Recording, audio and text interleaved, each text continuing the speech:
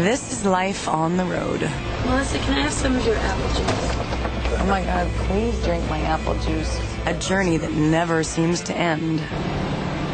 10 months on the road, life with 10 other people. Lots of little problems. Every single day we can give it to the local venue to recycle. We have recycling in Australia, but somehow America doesn't seem to recycle. Hey, everybody has to make an effort. Who has given the recycling to the girls? Who has? Listen. I just got fed up. I'm like, this is like abuse more than anything else. Abuse. We're abusing Andre instead of recycling. No, just like... Late nights, lots of miles, and the sameness of cities.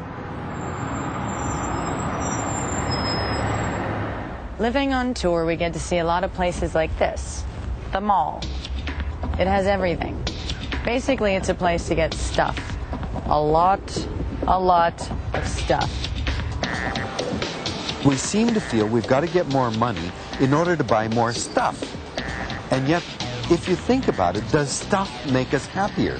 I think that we've got to really sit down and ask, what is it all about? What are the things that really matter?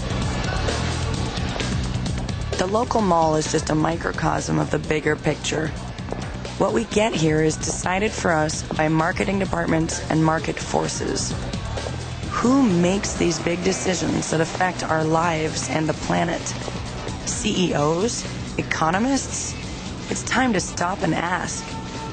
Suzuki does just that. I've had people that say, listen, Suzuki, we can't afford a clean environment if we don't have a strong growing economy. But if we don't have a clean environment, you don't have human beings or economists. We've got it all wrong. Lots of people agreed. From Quebec to Rome to Seattle, we declared we're more than just consumers. We're people who care about the planet. But impatience and frustration with those in power turned into violence.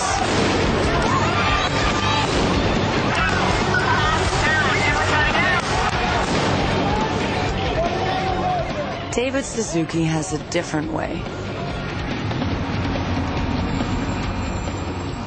It's something he learned back in his days in the American South.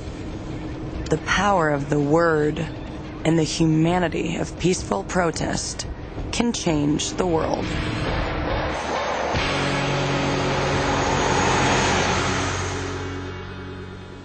When Suzuki saw this, he knew he had to do something. There's nothing subtle about clear-cut logging. It's the application of brute strength to cut the trees down and get them off the mountain.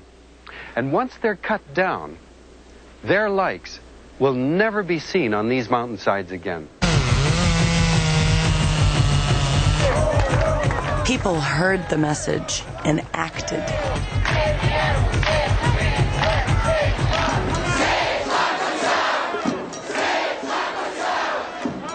At Clayoquot Sound on Vancouver Island, there were no grenades, no tear gas.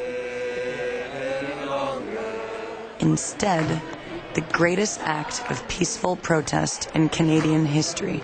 If we all stay on the road, they can't arrest us all. If we all stay on the road, they can't arrest us all. Ancient forest forever. The protesters didn't save all the old growth, but the world took notice. The United Nations declared Clayoquot Sound a natural reserve. You have to, as a functioning member of society, say, there is hope. People have a groundswell of goodness in them, and that something can be done. We can make it a better place if we try. And that's all that matters. He actually thinks about the future and the world we will all leave behind. His ideas are as broad as the planet, and that's what we need right now.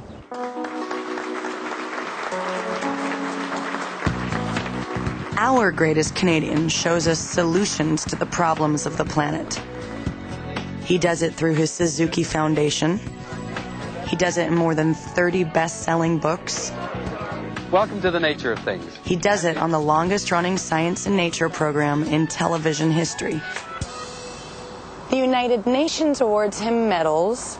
Australians even named a huge national park after him. What about us? What are we going to do? Vote. Make him number one.